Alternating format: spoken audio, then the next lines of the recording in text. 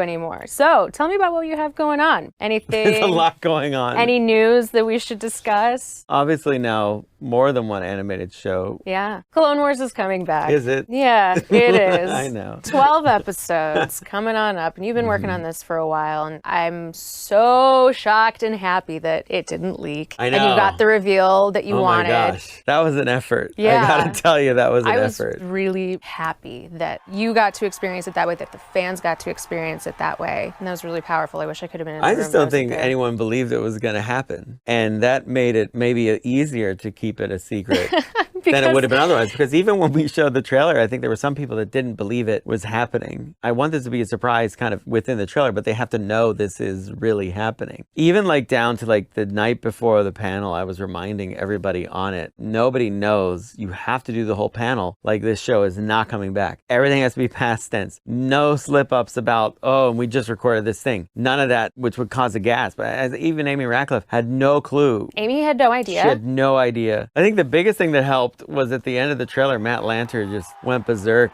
with excitement. I mean, that's how I wanted people to feel, and Matt was kind of conveying it and bringing everybody along with him in his excitement. But the actor becomes a major part of the character. You have to let them embody it. You have to encourage them to be a big part of it. And they are such a wide variety of personalities, from Sam Witwer to Dee Baker to Ashley. And if we're going to talk about character growth and arcs, like, we can't not talk about Ahsoka. I mean, who started kind of a not popular character. Absolutely not. You know, people didn't understand her. Not. And now she's legitimately one of the most beloved characters. Anytime she's on screen, people freak out. Yeah, I think because they grew up with her too. Yeah, this generation is being very vocal about her. One of her secret superpowers is that she is Anakin adjacent, and that relationship is everything. Because for the old fans, it means insight into a character they knew, and for the young fans, it means insight into kind of a Star Wars that maybe they're not as familiar with. So she is a tremendously important bridge character that way. And when working on her, it's like I noticed this shift as we went along. But I know what happens in the end. I have worked that out finally. When it came up and when Carrie Beck really first started saying, I think we could find a way to do more Clone Wars, I wanted to make sure that there was a story there worth telling, that I could really get into and find the emotional center of it. What was the piece that people needed to see that they didn't have? The difficult thing, I think, as a storyteller in Star Wars is I oftentimes can relate to what the fans want to see, because I want to see it too. I just want to make sure when I do these things, they're done as well as they can be done. And that takes time. So last week at the end of the episode, we put a call out to fans asking what Clone Wars meant to them. So now I'm curious what Clone Wars means to you.